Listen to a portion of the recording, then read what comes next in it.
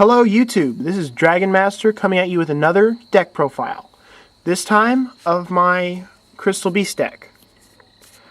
I'll get into that in a little bit later, but I'd like to get into a discussion on a channel I just they approached me telling me that what their channel is. I can't remember the name, but I'll put it at the bottom of this, at the description in this video. So I don't know how to do the link thing, so I think I'll cut and paste it, but I'll tell you the channel name in the description of this video. Let's just put it like that. It's a really good channel. What they're striving to do is to eliminate net decking. Now, if you know what net decking is, awesome. If you don't, I'll explain in this video. Net deckers are the people who copy card for card the top deck and keep it, say, for I don't know, a month. Now, an example of net decking is, say, somebody right now at the taping of this video, the top deck I think is Light Swords and another type. I'm not sure what they are, but yeah. A net decker will copy that deck that a champion is using, card for card. No changes, no personality, nothing, and call it their own. I don't like them calling it their own because someone else came up with the idea and got the cards. Now, if you can afford powerful cards like that, you have a lot of time on your hands, and which I do not. A lot of the cards I have taken years to come across. Some of them, like this one, I got this when they first came out. I've had that one actually for a while. This one I got when it came out. This one I think I got from a friend. But I'll explain about those later. But yeah, they're a cool channel. I think they're the Duelist Underground, but I'll tell the for sure channel name in the bottom of this description, in the description of this video.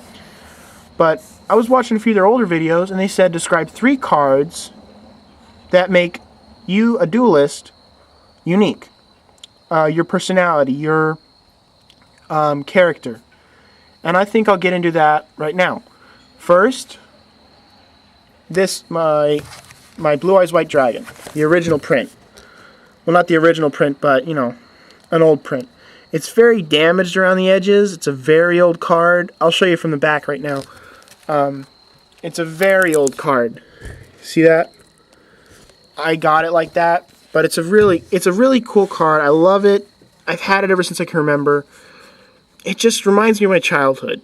So this one represents my childhood, back when it was, you know, remember when it was just summoning a monster, tributing, there was no synchro, no exceeds, way back when. So this is my childhood. Then, Rainbow Dragon. I promised myself I wouldn't buy this card until I had all 7 Crystal Beasts, which I did. And then I got the 10 of this guy. I've actually, that's the deck review I'm doing. My Rainbow Dragon. I mean, my Crystal Beast. But I started Crystal Beast when they came out, and I am still running that deck. Sure, it's changed a little bit, but it's still pretty much a Crystal Beast deck. So this one represents my strive to achieve. And last but not least, Arma Leviathan. This one is the main deck of my current deck, my Dragonides. But this one, it just represents this to this. It represents my evolution from a young, naive duelist to a well-knowledge duelist. So that's what this one represents. My evolution into a well-knowledged duelist. Honorable, well-knowledged duelist. And another thing I love about the Dragonides, the dragons are Celtic, and they describe the winged beast as Roman nobles. I just love how they put stuff like that into a card game like that. I don't know why I like it, I just do. So that's a real quick review on the 3 cards that make me a duelist. I would like to do a longer video, but really I'm here to do these guys. So let's get into the deck review real quick. Starting up, 2 Rainbow Dragons. I do use this one in my deck, but I don't have it in there right now. But yeah, 2 Rainbow Dragons. I mean, you can only use 1. You can use 1, but I like 2. Main power of the deck. 1 Haman, Lord of Striking Thunder. It's awesome for this deck, the abilities I can activate just by having 3 of my Crystal Beasts on the spell and trap card zone. Oh, now to go through something real quick. I know this deck might be seen as a net deck, but I don't think of this deck as me being a net decker, because I've had it, like, when did GX come out? I'd like to say maybe 3 years ago, and I've had this deck just about 2 years, and still running it, mind you. So I don't think that's a net deck. But if it is, tell me, I'll change it up a little bit. Then you have 3 Crystal Beast Sapphire Pegasus. Really good cards. I've had one of these also since the Crystal Beasts have first come out. This is with the tin it came in.